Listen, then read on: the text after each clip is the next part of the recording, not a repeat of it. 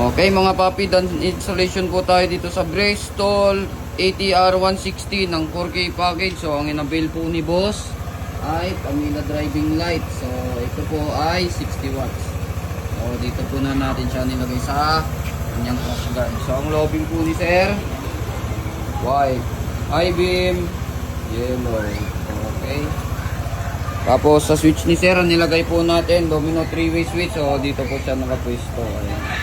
Tapos gumamit tayo ng passing switch with bracket.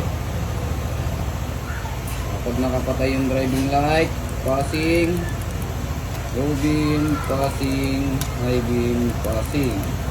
Sa busina po ni sir, nilagay po natin via horn po. So ito yung kanyang horn selector. So kapag nakapatay po to, stop yung tutunog. Pag inold po natin, magra-rapid po siya. Okay, switch sa PIA. So sa PIA ni sir, meron po itong combo lights. Pag dinin lang din po, magra-rapid po siya. Okay, low beam, rapid, high beam, rapid. Okay. Okay, sa mga gustong mag-avail ng gantong package, pumunta lang po dito sa Scooteristas online shop. Maraming salamat po.